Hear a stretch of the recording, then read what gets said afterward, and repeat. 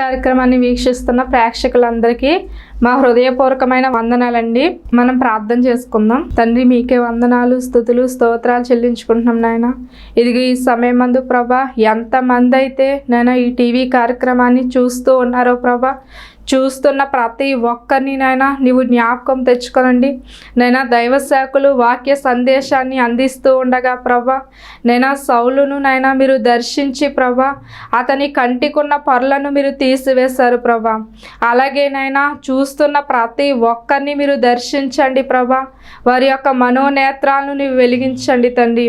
నీ వాక్యాన్ని వింటూ ఉండగా ప్రభా, వినగలిగిన చెవును, అర్థం చేసుకునే హృదయాన్ని ప్రతి ఒక్కరికి మీరు దయచేయండి తండ్రి. అలాగే దైవ సేవకులను కూడా ప్రభా నీ ఆత్మతో నింపండి తండ్రి.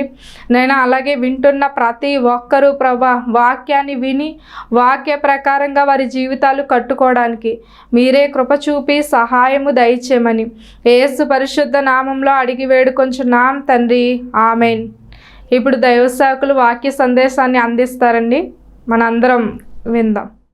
మన ప్రభువును రక్షకుడైన యేసు క్రీస్తు ప్రశస్తమైన నామంలో మీ అందరికీ వందనాలు తెలియచేస్తూ ఉన్నా. సరే, మనం గత కొన్ని వారాలుగా యేసయ్య సిలువలో పలికిన 7 మాటల్లోండి మనం 2 మాటలు విని ఉన్నాం. మొట్టమొదటి మాటలో తండ్రి వీరేమి చేయుచున్నారో వీరెరుగరు గనక వీరిని క్షమించుము అని యేసయ్య పలికారు. 2వ మాటలో దొంగ చేసిన ప్రార్థనకి జవాబుగా నేడు నీవు నాతో కూడా పరదేశులో ఉందువు అని మాట్లాడారు. ఈ రోజున 3వ మాటను గనక మనం పరిశీలన చేయగలిగితే, ఒక సందర్భాన్ని మీ ముందుంచి నా మాటల్ని నేను 3వ మాటను మీకు వివరిస్తాను. అమెరికా దేశంలో న్యూయార్క్ ప్రాంతంలో ఒక బాలుడు తప్పిపోయి పోలీస్ స్టేషన్కి తీసుకుని రాబడ్డాడు. అయితే పోలీస్ ఆఫీసర్ అతని గురించి విచారించి ఒక కానిస్టేబుల్కి అబ్బాయిని అప్పగించి, ఇతని తల్లిదండ్రులు ఎక్కడ ఉంటారో నీవు కనుగొని వారికి అప్పగించు అని ఆ బాధ్యతను ఒక కానిస్టేబుల్కి అప్పగించాడు. అయితే ఆ పట్టణం అంతా తిరిగి సాయంకాలానికి కాళ్ళు లాగి ఒక ఫుట్పాత్ మీద కూర్చొని ఎదురుగా ఒక చర్చు, దాని మీద ఉన్న ఒక సిలువను చూసి ఆ బాబుతో అన్నాడు, లుక్ ఎట్ దట్ క్రాస్, ఆ సిలువను చూడు అన్నాడు. వెంటనే అబ్బాయి ఆ చర్చ్ ప్రక్కనే ఉన్నటువంటి తన ఇంటిని గుర్తుపట్టి చర్చ్ సైడ్ మై హౌస్ అన్నాడు. అంటే మనం ఎక్కడికి వెళ్ళినా ఏం చేసినా చివరికి మనం యేసయ్య సిలువ యొద్దకే రావాలి. ఆయన సిలువ వైపే మనం చూడాలి. మనం యేసు క్రీస్తు వారు సిలువ వేయబడిన ఆ గోల్గోతా కొండ మీద మనం సిలువ వేయబడిన పరిస్థితులను గమనించినట్లయితే, యేసయ్య సిలువ వేయబడినప్పుడు 4 గుంపుల ప్రజలు యేసయ్య సిలువ దగ్గర నుంచున్నట్లుగా మనం చూడగలం. మొట్టమొదటిగా యేసయ్యను కొరడాలతో కొడుతూ పిడుగుద్దులు గ్రుద్ది ముఖం మీద ఉమ్మివేసి పదునైన ముళ్ళ కిరీటాన్ని తలలో దిగబడినట్లుగా అదిమి ఆయన్ని మ్రాను మీద పడుకోబెట్టి భూమికి ఆకాశానికి మధ్య వ్రేలాడదీసినటువంటి సైనికులు. రెండవదిగా తనకున్న అధికారము, ధనము, ప్రజాబలాన్ని వినియోగించుకుని నిర్దోషి అయిన యేసును సిలువకు వేయడమే కాకుండా ఆయన సిలువ ఎదుట నిలబడి, నీవు దేవుని కుమారుడనన్నావు కదా, నిన్ను నీవు రక్షించుకో, అప్పుడు నీవు మనుషులను రక్షిస్తావని మేము నమ్ముతాం. నీవు సిలువను దిగి వస్తే నిన్ను దేవుని కుమారుడిగా అంగీకరిస్తాము అని యేసయ్యను అపహాసిస్తున్న శాస్త్రులు, పరిసయ్యులు గుంపు. ఇక 3వ గుంపులో 2 బందిపోటు దొంగలు కనపడతారు. ఒకడు యేసయ్యను దూషించినట్లుగా మనం చూడగలం. 2వ వాడు యేసు క్రీస్తు వారు అనుగ్రహించిన వాగ్దానాన్ని పట్టుకుని, నేడు నీవు నాతో కూడా పరదేశులో ఉందువు అని వాగ్దానము పొందిన, తన మనస్సు మార్చుకున్నటువంటి ఒక బందిపోటు దొంగను మనం చూడగలం. ఇక చివరిగా 4వ గుంపులో యేసయ్యను ప్రేమించి యేసయ్యకు పడిన శిక్షను బట్టి కన్నీరు మున్నీరుగా ఏడుస్తూ సిలువకు దగ్గరగా నిలుచున్నటువంటి గుంపు, అందులో ఉన్నటువంటి యేసు క్రీస్తు వారు తల్లి అయిన మరియను, అలాగే తాను ప్రేమించినటువంటి తన శిష్యుడైన యోహానును చూసి ఆయన మూడవ మాట మాట్లాడారు. మనం యోహాను సువార్త 19వ అధ్యాయం 26, 27 వచనాలు మనం చూడగలిగితే, యేసు తన తల్లియు తాను ప్రేమించిన శిష్యుడును దగ్గర నిలుచుండుట చూచి, అమ్మా ఇదిగో నీ కుమారుడు అని తన తల్లితో చెప్పాను. తరువాత శిష్యుని చూచి, ఇదిగో నీ తల్లి అని చెప్పాను. ఆ గడియ నుండి ఆ శిష్యుడు ఆమెను తన ఇంట చేర్చుకొనెను.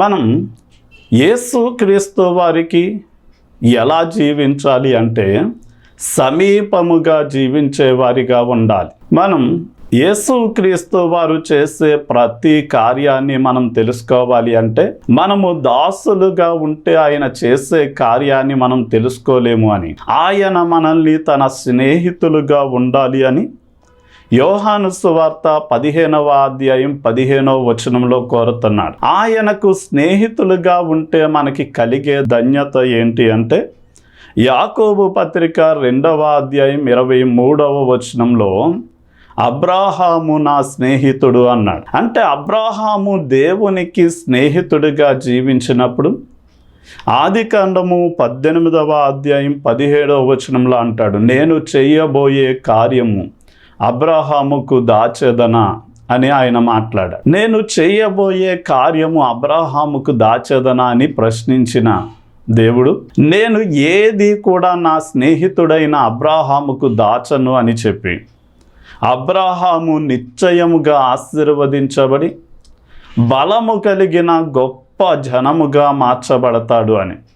అంత మాత్రమే కాదు, త్వరలోనే సొదొమ గొమొర్రా పట్టణస్థులు చేసిన పాపమును బట్టి దానికి శిక్షను విధించబోతున్నాను అని దేవుడు తాను చేయబోయే కార్యం ఏది కూడా దాచకుండా అబ్రాహాముకు బయలుపరిచాడు. మనము కూడా దేవునితో అన్యోన్య సహవాసము కలిగి ఆయనకు స్నేహితులుగా, ఆయనకు సమీపముగా ఉంటే ఏం చేస్తాడు అంటే, ఆయన మనల్ని ప్రేమించి మనల్ని స్నేహితులుగా ఎంచుకొని ఆయన చేసే ప్రతి కార్యము కూడా మనకి బయలుపరుస్తాడు. అంటే మన పట్ల ఆయన చిత్తమేంటో, ఆయన ఉద్దేశమేంటో, ఆయన ప్రణాళికలు ఏంటో అన్నవి సమస్తము కూడా ఆయన బయలుపరుస్తాడు. ఉదాహరణకి మా సంఘంలో చాలామంది విశ్వాసులు ఉన్నారు. ఆ విశ్వాసుల జీవితాలలో దేవుడు తాను చేయబోయే కార్యం ముందుగానే తెలియచేశారు.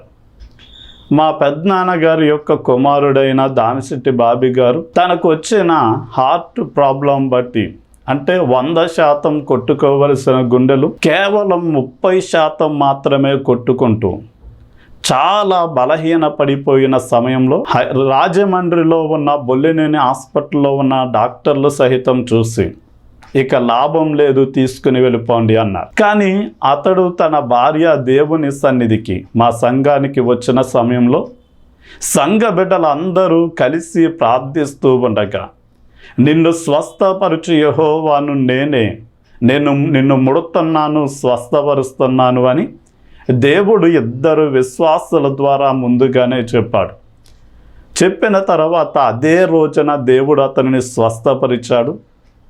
ఇక ఆ రోజు నుండి అతడు తిరగడం ప్రారంభించి సంపూర్ణమైన స్వస్థత పొందుకున్నాడు. ఇలాంటి ఎన్నో అద్భుతమైన ఆశ్చర్య కార్యాలను దేవుడు ముందుగానే తెలియచేసి దానిని జరిగించాడు.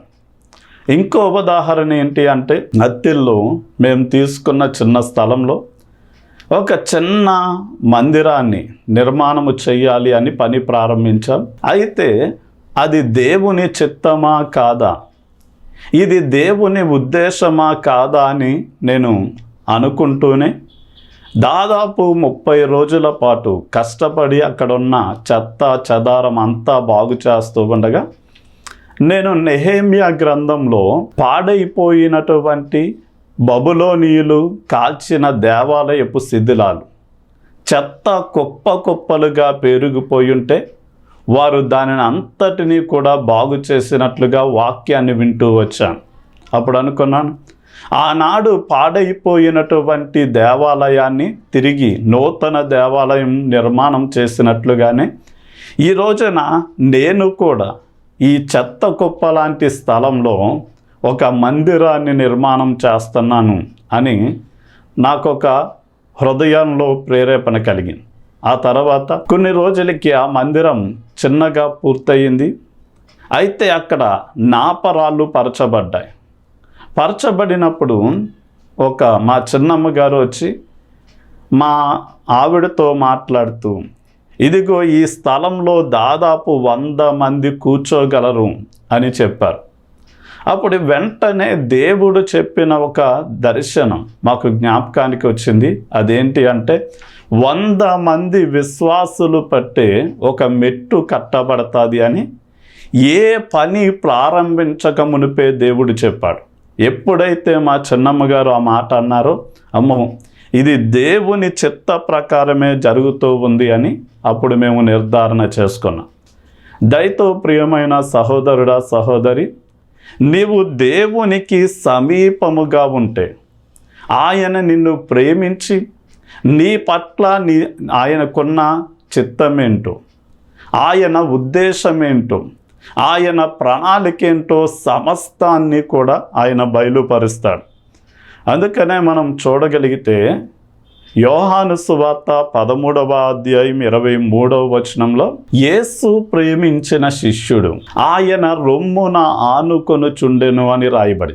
అంటే యోహాను గారు యేసు రొమ్మున ఆనుకుని అంత సమీపముగా ఉన్నప్పుడు యేసు కూడా అతనిని ప్రేమించి జరగబోయే సంఘటనలన్నిటినీ, ఆయన ప్రకటన గ్రంథం గురించిన విషయాలన్నిటినీ కూడా యోహాను గారికి తెలియచేశారు.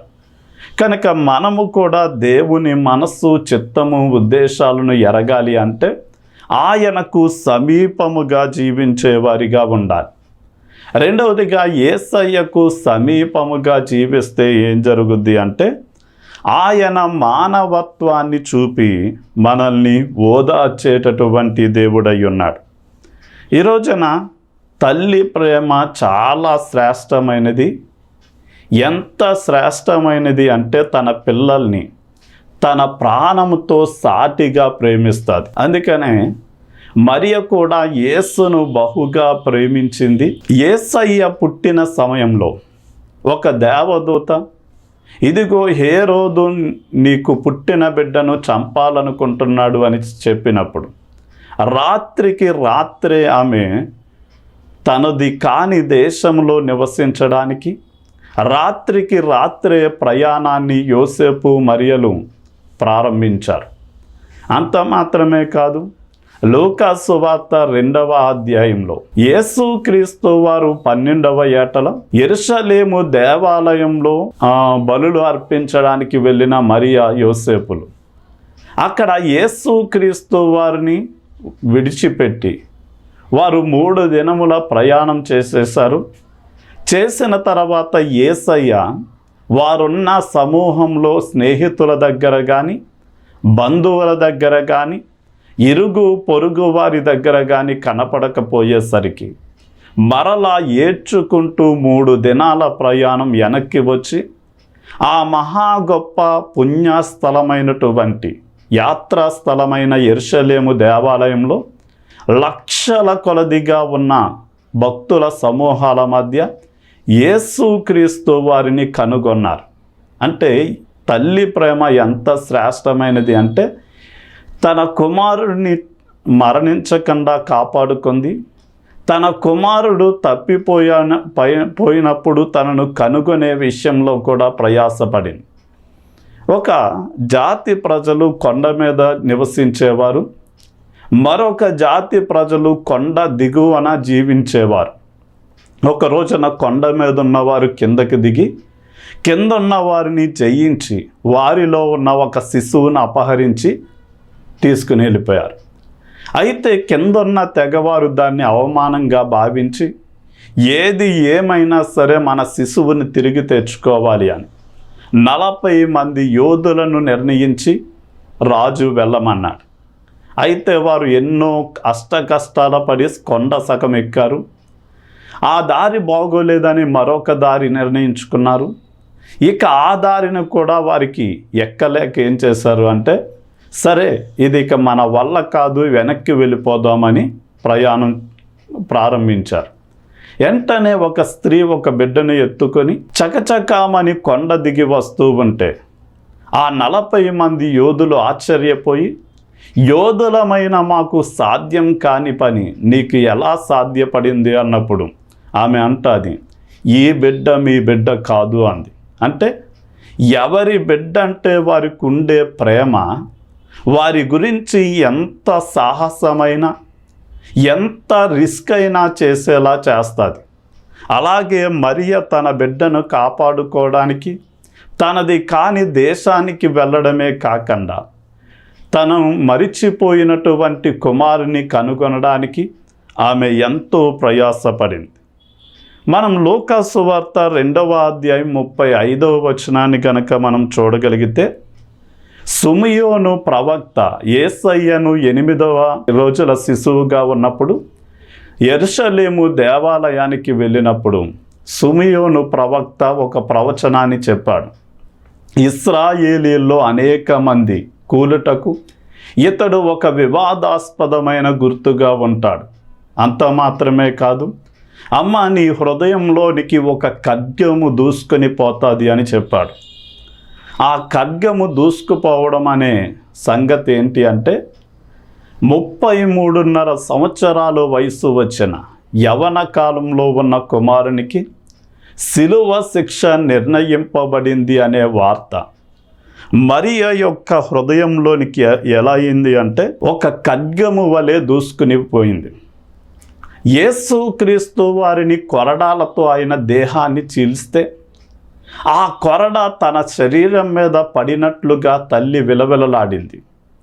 యేసయ్య తల మీద ఆ ముళ్ళ కిరీటాన్ని దింపితే ఆమె తలలో దిగబడినట్లుగా, యేసయ్య ప్రక్కలో బల్లెపు పోటు పొడవబడితే ఆమెలో ఆ బల్లెపు పోటు పొడవబడినట్లుగా, యేసయ్య కాళ్ళలో చేతులలో శీలలు దిగబడితే అది ఆమె చేతులలో కాళ్ళు చేతులలో శీలలు కొట్టినట్లుగా ఆమె విలవిలలాడిపోతూ ఉంటే, యేసయ్య శిలువ శిక్షలు తన ఆఖరి రక్తపు బొట్టు సహితము బయటికి వస్తూ ఉండగా ఆ 3 మేకుల మధ్య విలవిలలాడుతున్న యేసయ్య అంత మరణపు అంచుల్లో ఉండి కూడా తన తల్లిని మరిచిపోలేదు, విడిచిపోలేదు. ఆమెను ఆదరిస్తూ ఉన్నాడు. అమ్మా ఇదిగో నీ కుమారుడు. అంటే ఇక మునుపు నేను నీకు కుమారుడుగా ఉండకపోవచ్చు, కానీ నా స్థానంలో ఇతడు నీకు కుమారుడుగా ఉంటాడు అని తన తల్లిని ఓదారుస్తూ ఉన్నాడు. అంటే యేసయ్య మనకి ఆదరణకర్తగా ఉన్నాడు. అందుకనే యోహాను సువార్త 14వ అధ్యాయం 16వ వచనంలో నా వంటి వేరొక ఆదరణకర్తను పంపిస్తాను అన్నాడు. 1 యోహాను పత్రిక 2వ అధ్యాయం 1వ వచనంలో మనకి ఉత్తరవాది తండ్రి దగ్గర ఉన్నాడు అంటాడు. అంటే పుట్టినోట్లో ఆదరణకర్త మనకున్నాడు అంటాడు. అంటే యేసయ్య ఒక ఆదరణకర్త. ఆ ఆదరణకర్త మనల్ని ఏం చేస్తాడు అంటే, మనము వ్యాధిలో ఉండి మూలుగుతూ ఉంటే మనల్ని ఓదారుస్తాడు, ఆదరిస్తాడు. మనము నష్టాలలోను కష్టాలలోను వివాదాలలోను సమస్యలలో మనం ఉంటే ఆయన ఒక తల్లి వలె తండ్రి వలె మనల్ని ఏం చేస్తాడు అంటే ఆదరించేటటువంటి దేవుడై ఉన్నాడు. అంటే యేసయ్యకు సమీపముగా ఉంటే మనల్ని ప్రేమించి తన చిత్తం ఉద్దేశం బయలుపరుస్తాడు. రెండవదిగా యేసయ్యకు దగ్గరగా ఉంటే మానవత్వాన్ని చూపి మనల్ని ఓదారుస్తాడు. మూడవదిగా యేసయ్యకు సమీపముగా ఉంటే ఆయన తన పనిని మనకి అప్పగిస్తాడు. అందుకనే తాను ప్రేమించిన శిష్యుడు దగ్గరగా నిలుచుండడం చూసి ఇదిగో నీ తల్లి అన్నాడు. శిష్యుడు అనగా అర్థం ఏంటి అంటే, యేసయ్యను విశ్వసించి యేసయ్య మాటకు విధేయుడై యేసయ్య దగ్గర నేర్చుకుంటూ యేసయ్య వలె జీవించేవాడే శిష్యుడు. ఇప్పుడు ఆ శిష్యుడిని చూసి ఇదిగో నీ తల్లి అంటున్నాడు. అంటే మరియమ్మ మానవులందరికీ తల్లని అర్థం కాదు. కొంచెం మంది అసలు మరియమ్మే లేకపోతే యేసయ్య ఎక్కడ నుండి వచ్చేవాడు, కనుక మరియమ్మకి మేరీ మాతని, ఆశ్రయమాతని, లేక ఆకాశరాణి అని, వేలంగిని మాతని పేర్లు పెట్టి ఆమెను పూజిస్తూ ఉంటారు. అలాంటి వారికి నేను చెప్పే ఉదాహరణ ఏంటి అంటే, ఇప్పుడు దేశ ప్రధాని మన పట్టణానికో గ్రామానికో వస్తే మనము పరుగున వెళ్ళి ఆయన వచ్చిన కారుకి దండేసామనుకోండి. ఒకవేళ ఇదే గనక లేకపోతే ప్రధానమంత్రి ఎలా వచ్చేవాడు అంటే అది పిచ్చితనం అవుద్ది.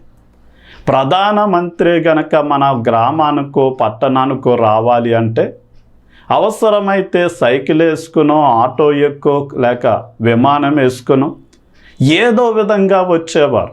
కనుక యేసయ్య భూలోకానికి రావడానికి ఎవరో ఒకరు కన్యక కావాలి గనక ఆయన మరియను ఎంచుకున్నాడు. కనుక ఆమె మరియ యేసుకు జన్మనిచ్చింది గనక ఆమె ధన్యురాలు, ఆమెను మనము గౌరవించాలి. కానీ పూజింపవలసినది ఎవరిని అంటే యేసయ్యను మాత్రమే పూజించాలి. ఇప్పుడు ఈ సమయంలో అసలు యేసుక్రీస్తు వారిని ఎందుకు యోహానికే యేసయ్య అప్పగించాడు, మరియమ్మను యేసయ్యకే యోహానికే ఎందుకు అప్పగించాడు అనే ప్రశ్నను గనక మనం ఆలోచన చేస్తే, యేసుక్రీస్తు వారు అంటే మరియకి యోసేపుతో ప్రదానము చేయబడింది. యూదుల్లో ఉన్న వివాహం ఎలా జరుగుద్ది అంటే, ఒక అమ్మాయికి అబ్బాయికి వివాహాన్ని నిశ్చయిస్తే ప్రదానము చేస్తే ప్రదానము జరిగిన సంవత్సర కాలానికి వివాహం జరుగుతుంది. ఇప్పుడు ఈ మరియ ప్రదానము చేయబడిన తర్వాత యేసుక్రీస్తు వారిని గర్భము దాల్చింది. ఇప్పుడు యేసయ్యకు జన్మనిచ్చిన తర్వాత మరియా యోసేపుల వివాహ జీవితం లేక సంసార జీవితం ద్వారా 4 కుమారులను కొంచెం మంది కుమార్తెలకు జన్మనిచ్చారు. అయితే వారు యేసయ్య పట్ల ఎలా నడుచుకున్నారు అంటే, మనం మార్కు సువార్త 6వ అధ్యాయం 3వ వచనం ప్రకారం యేసయ్య తర్వాత పుట్టిన సంతానం అక్కడ రాయబడింది. ఇప్పుడు మార్కు సువార్త 3వ అధ్యాయం 21వ వచనంలో యేసయ్యను మతి చలించిన పిచ్చివాడుగా వారు ఎంచారు. యోహాను సువార్త 7వ అధ్యాయం 5వ వచనంలో యేసయ్య చావవలెనని కోరుకొని యెరూషలేములోనికి వెళ్ళొచ్చు కదా, నీవు అక్కడ నీ అద్భుతాలు గొప్ప ఇది స్వస్థత కార్యాలు అక్కడ చెయ్యొచ్చు కదా అని ఆయన్ని చావాలి అని వెళ్ళమని కోరుకున్నప్పుడు యేసయ్య వారితో అంటాడు, నా గడియ ఇంకా రాలేదు, మీ గడియ సిద్ధంగా ఉంది గనక మీరు వెళ్ళొచ్చు అని ఆయన చెప్పాడు. అంటే యేసయ్య శిలువ మరణానికి అప్పగించే మునుపు మరియా యోసేపుల కలయిక ద్వారా పుట్టిన సంతానం. ఇదిగో యేసయ్య సత్యం పక్షముగా నిలబడడం ద్వారా ఈ అధికారులైన వారు మమ్మల్ని అవమానిస్తున్నారు, నిందిస్తున్నారు, హేళన చేస్తున్నారు. కనుక యేసయ్య చనిపోతేనే బాగుండునని బహుశా భావించి ఉండొచ్చు. ఇప్పుడు యేసయ్యకు శిలువ శిక్ష పడిన సమయంలో వారు మరియతో బహుశా ఏమని ఉండొచ్చు అంటే, నీకు యేసు కావాలా మేము కావాలా, నీవే తేల్చుకోమని అని ఉండొచ్చు. అందుకనే ఆమె తన పెద్ద కుమారుడైన యేసుకు మరణశిక్ష పడినప్పుడు ఆమె తెగించి శిలువ దగ్గరకు వచ్చి ఏం చేస్తుందంటే విలపిస్తూ ఉంది. ఇప్పుడు అలాంటి తన తల్లికి వృద్ధాప్యంలో పోషణ కావాలి, ఆమెకు సంరక్షణ కావాలి, ఆమెకు ఆదరణ కావాలి అని యేసయ్య ఎరిగి ఏం చేశాడు అంటే యోహానికి ఆ బాధ్యతను అప్పగించాడు. ఇదిగో నీ తల్లి అంటే నా తల్లిని నీ తల్లిగా నీవు చేర్చుకొని ఆమె తినడానికి ఆహారం పెట్టు, ఆమె కట్టుకోవడానికి వస్త్రాలు ఇవ్వి, ఆమె నివసించడానికి నివాసాన్ని ఏర్పాటు చేయి. అంత మాత్రమే కాదు, వృద్ధాప్యంలో ఉన్న ఆమెకు నీవు ఆదరణకరంగా నిలబడమని యోహానికి ఆ బాధ్యత అప్పగించారు. అందుకనే నీవు భూమి మీద దీర్ఘాయుష్మంతుడవు ఉన్నట్లు నీ తల్లిని తండ్రిని సన్మానించు అని వాక్యం సెలవిస్తాడు. అంటే యోసేపు తన ఇంటి వారికి ఆహారం ఇచ్చి ఎలా పోషించాడో, యేసయ్య కూడా వృద్ధాప్యంలో ఉన్న తల్లి బాధ్యతను యోహానికి అప్పగించాడు. ఈ రోజున యేసయ్యకు సమీపముగా ఉంటే, యేసయ్య భూమి మీద ఎలాంటి పనినైతే చేశాడో అదే పనిని చేయడానికి మనకి బాధ్యతనిస్తాడు. ఉదాహరణకి ఏం చేశాడు అంటే, మార్కు సువార్త 16వ అధ్యాయంలో మీరు సర్వ సృష్టికి వెళ్ళు సువార్తను ప్రకటించండి అన్నాడు. మత్తయి సువార్త 28వ అధ్యాయం 18వ వచనం నుండి సమస్త జనులను నా శిష్యులుగా చెయ్యండి అన్నాడు. అంటే మనము సువార్త ప్రకటించి అనేక మందిని శిష్యులుగా తయారు చేయాలి అంటే మనం యేసయ్యకు సమీపముగా ఉంటే ఆయన చిత్తం ఉద్దేశాలను బయలుపరుస్తాడు. యేసయ్యకు సమీపముగా ఉంటే మానవత్వాన్ని చూపి ఓదారుస్తాడు. యేసయ్యకు సమీపముగా ఉంటే ఆయన పనిని మనకి అప్పగించి ఆయన మహిమార్థమై మనల్ని వాడుకుంటాడు. ప్రార్థన చేసుకుందాం. తండ్రి, నీకే వందనాలు స్తుతులు చెల్లిస్తున్నాం నాయన. ఎవరైతే ఈ వాక్యాన్ని నాయన వింటూ ఉన్నారో, అమ్మ ఇదిగో నీ కుమారుడు, ఇదిగో నీ తల్లి అని ఎవరైతే సిలువకు దగ్గరగా నిలుచున్నారో నాయన, వారిని గురించి నీవు మాట్లాడినటువంటి మాటను మేము విని ఉన్నాం నాయన. నీకు ఎవరైతే దగ్గరగా ప్రార్థనలతో, ఉపవాసములతో, వాక్య ధ్యానముతో నాయన దైవ సన్నిధికి వెళ్ళడం ద్వారా సమీపముగా జీవిస్తున్నారో నాయన, వారిని నిశ్చయముగా నీ హృదయాన్ని బయలుపరచండి. వారి పట్ల నీవు కలిగి ఉన్న నీ చిత్తము, నీ ఉద్దేశాలు, నీ ప్రణాళికలు బయలుపరిచి వారు ఎలాంటి నిర్ణయాలు తీసుకోవాలో, ఏ మార్గంలో నడవాలో వారికి సహాయం చేయండి. అదే సమయమందు వారు నీకు సమీపముగా జీవిస్తూ ఉండగా వారు ఎలాంటి బాధలో దుఃఖములో ఉన్నా సరే ఒక తల్లిగా తండ్రిగా వారిని ఆదరించి ఓదార్చి మీరు ధైర్యపరచండి. అదే సమయమందు నీకు సమీపముగా ఉన్న వారిని నాయన నీ పనిని అప్పగించే దేవుడు కనుక నాయన సువార్త సర్వ సృష్టికి ప్రకటించబడాలి అని, అంత మాత్రమే కాకుండా సమస్త జనులుగా శిష్యులుగా చెయ్యాలి అన్న నీ చిత్తం, నీకు సమీపముగా ఉన్న వారిని మీరు వినియోగించుకుని నాయన నీవే వారిని నీ సేవకులుగా, నీ పరిచారకులుగా, నీ పనిని జరిగించేవారిగా నీవే ఉంచి దీవించమని యేసు నామంలో అడిగి వేడుకుంటున్నాం తండ్రి. ఆమేన్.